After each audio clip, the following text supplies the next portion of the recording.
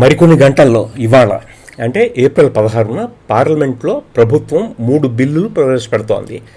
లోక్సభ, రాష్ట్ర అసెంబ్లీలలో మహిళలకు 33% రిజర్వేషన్లు అమలు చేసేందుకు ఇది చారిత్రకమైన ముందడుగు.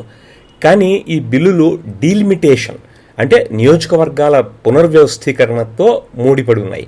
ఇది కేవలం మహిళా సాధికారత కాదు, దేశ రాజకీయ పటం మొత్తం మార్చే విషయం అంటున్నారు విశ్లేషకులు. నిజానికి 2023లోనే మహిళా రిజర్వేషన్ చట్టం ఆమోదం పొందింది. కానీ అమలు కొత్త జనగణన డీలిమిటేషన్ తరువాతే అని షరతు విధించారు. కానీ ఇప్పుడు ప్రభుత్వం 2011 నాటి పాత జనగణన ఆధారంగా ముందుకు వెళుతోంది.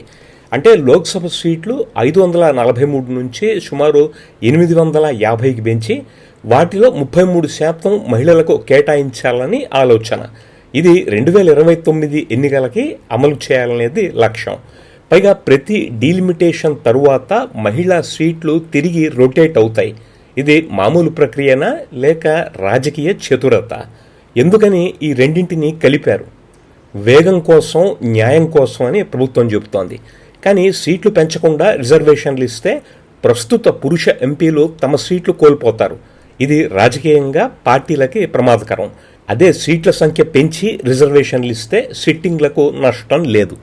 1976 నుంచి స్తంభించిపోయిన నియోజకవర్గాల్ని జనాభా మార్పులకి అనుగుణంగా నవీకరించడం కూడా జరుగుతుంది. కాగితం మీద చూస్తే ఇది తార్కికమే. మహిళలు త్వరగా ఎక్కువ సంఖ్యలో అధికారంలోకి వస్తారు. కానీ ఇది న్యాయమేనా?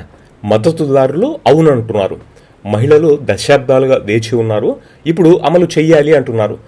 కానీ వ్యతిరేకులు, ముఖ్యంగా దక్షిణ రాష్ట్రాల నుంచి వచ్చే వాదన ఏమిటంటే ఇది ఒక ట్రోజన్ హార్స్ వంటిదని. జనాభా నియంత్రణలో దక్షిణ రాష్ట్రాలు ముందుండి పైగా దేశ ఆర్థిక అభివృద్ధికి ఎక్కువగా తోడ్పడుతున్న 2011 నాటి డేటా ఆధారంగా ఉత్తర రాష్ట్రాలు ఎక్కువ సీట్లు పొందొచ్చు. ఇది రాజకీయ శక్తిని ఉత్తరం వైపు మళ్లిస్తుంది.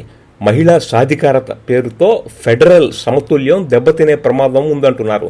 మహిళల్ని సాధికారుల్ని చెయ్యాలనే ఉద్దేశ్యం ఆలస్యమైనా స్వాగతించదగిందే. కానీ పాత డేటాతో డీలిమిటేషన్ని త్వరబెట్టడం, విస్తృత అభిప్రాయ సమన్వయం లేకుండా చేయడం ఉత్తర దక్షిణ విభేదాల్ని రాజేస్తుందనే భయాలున్నాయి.